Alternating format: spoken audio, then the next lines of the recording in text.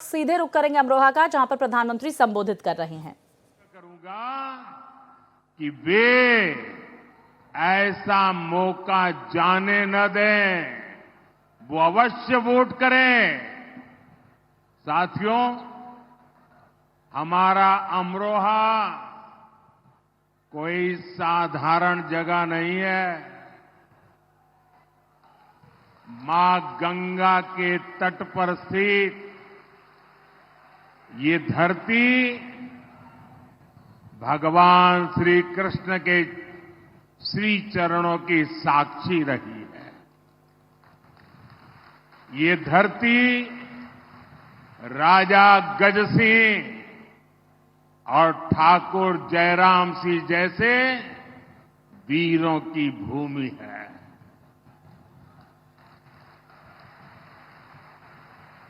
और मुझे अभी अमरोहा की एक और पहचान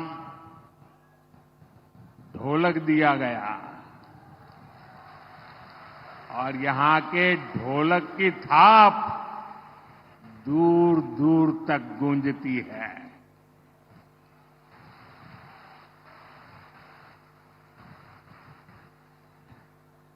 और हमारे योगी जी के प्रयासों से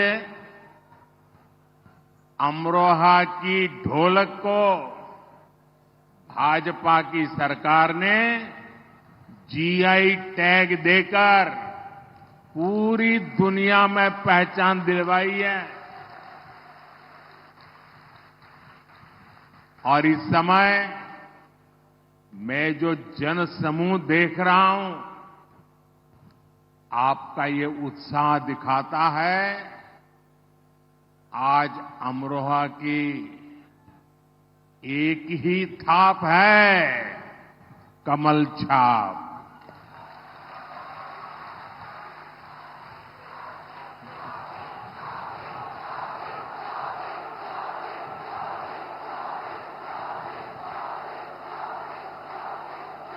और अमरोहा का एक ही स्वर है, फिर एक बार,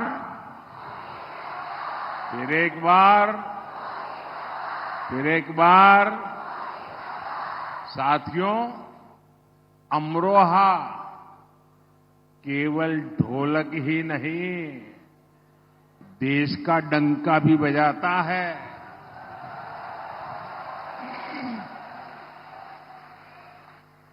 क्रिकेट वर्ल्ड कप में भाई मोहम्मद शामी ने जो कमाल किया, वो पूरी दुनिया ने देखा है। खेलों में शानदार प्रदर्शन के लिए केंद्र सरकार ने भाई मोहम्मद शामी को अर्जुन अवार्ड दिया है। और योगी जी की सरकार तो 2 कदम आगे बढ़ी है, और योगी जी ने यहां के युवाओं के लिए स्टेडियम भी बनवा रही है। मैं अमरोहा के लोगों को इसकी बहुत बहुत बधाई देता हूं। साथियों, 2024 का लोकसभा चुनाव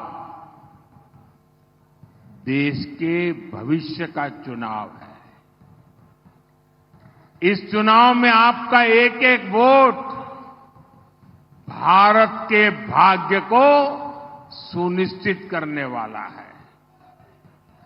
भाजपा गांव गरीब के लिए बड़े विजन और बड़े लक्ष्यों के साथ आगे बढ़ रहा है, लेकिन इंडी गठबंधन के लोगों की सारी शक्ति गांव देहात को पिछड़ा बनाए रखने में लगती है। इस मानसिकता का सबसे बड़ा नुकसान अमरोहा और पश्चिमी यूपी जैसे क्षेत्रों को उठाना पड़ा है। ये इलाका दिल्ली और एनसीआर के इतने करीब है, लेकिन दिल्ली एनसीआर का जो फायदा अमरोहा को मिलना चाहिए था, वो पहले मिला क्या? योगी जी के आने से पहले मिला क्या? दिल्ली में भाजपा सरकार बनने से पहले मिला क्या?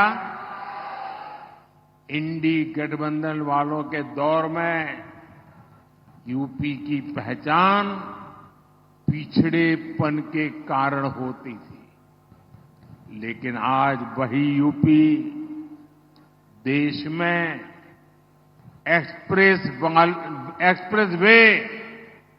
एक्सप्रेस वे वाले प्रदेश के तौर पर हिंदुस्तान जानने लगा।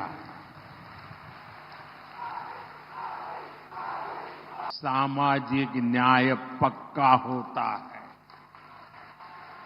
हमारे यहां गरीबों की, एससी, एसटी, ओबीसी समुदाय की कितनी ही पीढ़ियां बिजली, पानी, रहने के लिए घर, इसके बिना ही गुजार गई। ये गरीब का बेटा है मोदी, और इसलिए मोदी आपको इस मुश्किल से निकालने के लिए दिन रात मेहनत कर रहा है। सुरक्षित भारत, समृद्ध भारत और विकसित भारत के संकल्प को भी पूरा करेगा, और इसके लिए आप सबका मत देना और इस चुनाव में भागीदारी अपनी सुनिश्चित करना यह आवश्यक है। अंत में मैं फिर से आपसे निवेदन करूंगा कि आप अपना मत अवश्य डालें। धन्यवाद। एससी, एसटी, ओबीसी है। अब तो भाजपा ने अपने मैनिफेस्टो में देश में 3 करोड़ और नए घर बनाने की घोषणा की है।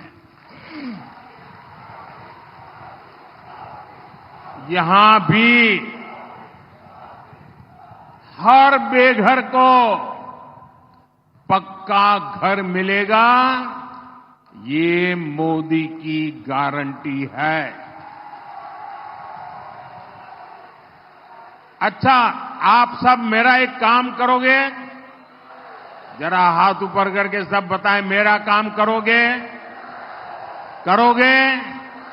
देखिए, जब आप चुनाव प्रचार में गांवों में जाएंगे, मोहल्लों में जाएंगे, और हो सकता है उस गांव में 2-4 लोग ऐसे मिल जाएं जिनको अभी घर न पहुंचा हो, नल से जल न पहुंचा हो, गैस कनेक्शन न पहुंचा हो। इतना सारा किया है, लेकिन अगर कोई छूट गया हो तो आप मेरी तरफ से पूरे विश्वास के साथ, आप ही मेरे लिए मोदी हैं,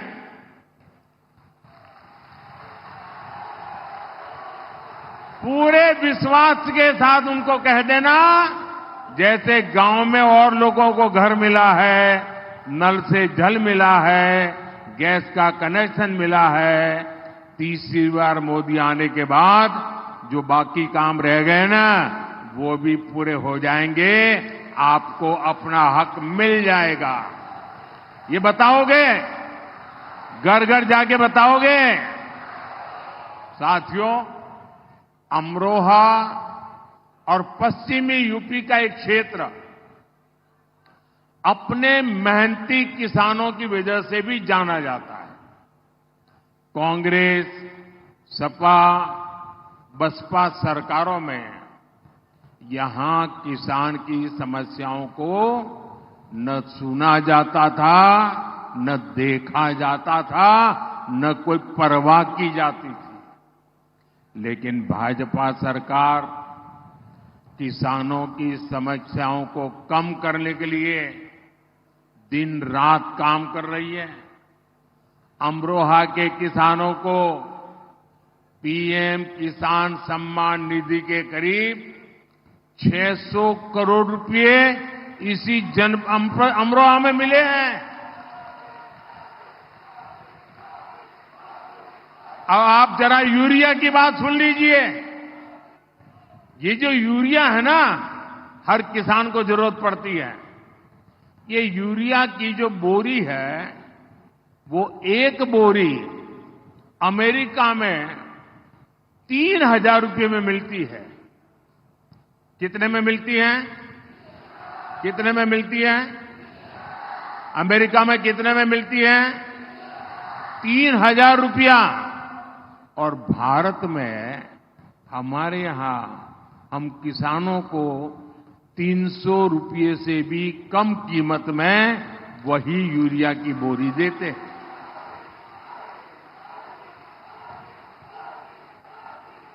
और जिन लोगों ने सपा बसपा कांग्रेस की सरकारें देखी हैं, वो जरा योगी जी के सरकार के काम को देख लें। योगी जी ने गन्ना किसानों की सबसे ज्यादा चिंता की। योगी जी ने अभी अभी गन्ना के मूल्यों में भी बहुत बड़ी बढ़ोतरी की है। अमरोहा के गन्ना किसान कभी नहीं भूल सकते कि पहले उन्हें भुगतान के लिए कितना परेशान किया जाता था। लेकिन आज प्रदेश में गन्ने की रिकॉर्ड खरीदी के साथ रिकॉर्ड भुगतान हो रहा है। जब सपा की सरकार थी तो अमरोहा के गन्ना किसानों को साल में औसतन सिर्फ 500 करोड़ रुपए का भुगतान होता था। जबकि योगी जी की सरकार में यहां हर साल करीब 1,500 करोड़ रुपए का भुगतान गन्ना किसानों को हुआ है। एक समय था जब यूपी में धड़ाधड़ चीनी मिलें बंद हो रही थी, जबकि हम हसनपुर शुगर मिल की क्षमता 2 गुनी करने पर काम कर रहे हैं। यहां अमरोहा में इथेनॉल का प्लांट भी लगाया है।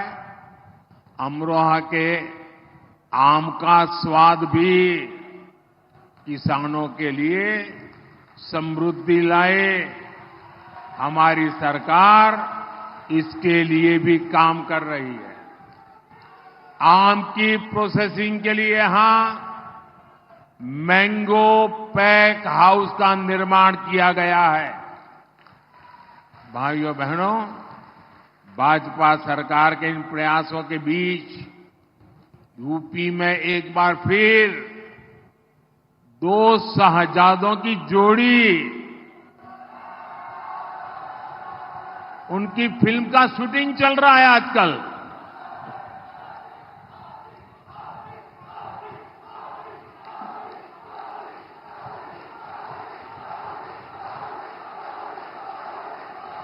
और ये 2 शहजादों की फिल्म का पहले ही रिजेक्शन हो चुका है। हर बार ये लोग परिवारवाद, भ्रष्टाचार और तुष्टीकरण की टोकरी उठाकर यूपी की जनता से वोट मांगने निकल पड़ते हैं। अपने इस अभियान में ये लोग हमारी आस्था पर हमला करने का कोई मौका नहीं छोड़ते। आप याद करिए, इनकी सरकार को यहां के पवित्र तिगरी मेले से कितनी दिक्कत थी। तिगरी मेले में भी रुकावट डालते थे। यहां जो कांग्रेस के प्रत्याशी हैं, उन्हें तो भारत माता की जय बोलने तक में आपत्ति थी। जिसको भारत माता की जय मंजूर नहीं, वो भारत की संसद में शोभा देता है क्या? ऐसे व्यक्ति को भारत की संसद में प्रवेश मिलना चाहिए क्या? अयोध्या में राम मंदिर बना तो ये सपा कांग्रेस दोनों पार्टियों ने प्राण प्रतिष्ठा का निमंत्रण ठुकरा दिया। आप कल्पना कर सकते हैं, वोट बैंक के भूखे लोग प्रभु राम के प्राण प्रतिष्ठा के अवसर पर निमंत्रण ठुकरा गए। अरे उसके बजाय तो उनकी ओर देखिए, जो जीवन भर बाबरी मस्जिद का केस लड़ते थे, सुप्रीम में हार गए तो खुद प्राण प्रतिष्ठा में आकर के शामिल हो गए, और इनको तो उसमें भी शर्म आ रही है। ये तो उनसे भी गए बीते हैं। लेकिन ये लोग निमंत्रण ठुकरा तो दिया, लेकिन इससे भी उनका मन नहीं भरा।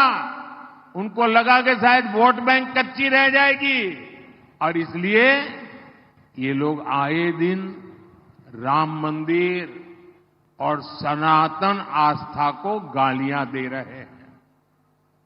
अभी रामनवमी पर अयोध्या में प्रभु राम लला का इतना भव्य सूर्य तिलक हुआ, आप सबने देखा ना?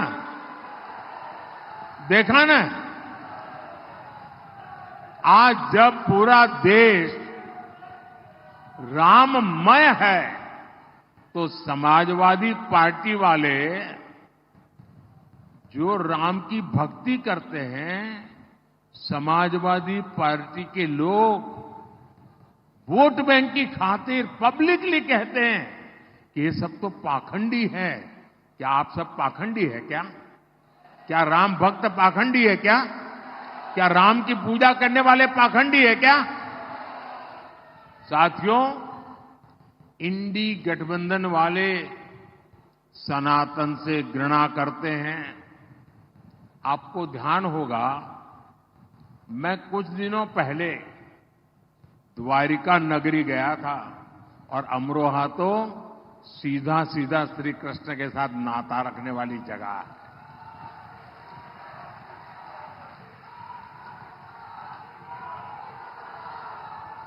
अब भगवान श्री कृष्ण यहां से निकल करके गुजरात गए थे, और मजा देखिए, मैं गुजरात में पैदा हुआ और उत्तर प्रदेश के चरणों में आके बैठ गया। काशी ने मुझे सांसद बना दिया।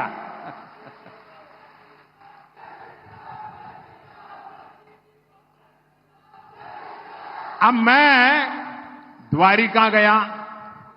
सारे जो आर्कियोलॉजी वालों ने उन्होंने खोज के निकाला है कि समुद्र के नीचे मूल द्वारिका है, और वहां मैं गया, समुद्र में बहुत गहरा चला गया, जहां श्री कृष्ण जी की पुरानी द्वारका नगरी की, वहां मैं पहुंचा, और बड़ी श्रद्धा के साथ, बड़ी आस्था के साथ मैंने पूजा की, और मैं अपने साथ भगवान श्री कृष्ण को पसंद है जो मोर पंख, वो भी ले गया, वहां मैंने रखा। लेकिन कांग्रेस के साहजादे कहते हैं कि समंदर के नीचे पूजा करने योग्य कुछ है ही नहीं। हमारी हजारों वर्ष की मान्यता को, भक्ति को, जिसके साक्षात सबूत है, इस तरह खारिज कर रहे हैं लोग सिर्फ और सिर्फ वोट बैंक के खातिर। और जो अपने आप को यदुवंशी कहकर के ढोल पीटते हैं, मैं जरा उनको पूछना चाहता हूं, बिहार में जो लोग कहते हैं ना हम यदुवंशी हैं, उत्तर प्रदेश में जो नेता यदुवंशी का मलाई खाने के लिए निकलते हैं, मैं उनको पूछना चाहता हूं, अगर आप सच्चे यदुवंशी हैं तो भगवान द्वारिका की पूजा करने वाले का अपमान करने वाली पार्टी के साथ कैसे बैठ सकते हो? कैसे उनके साथ समझौता कर सकते हो?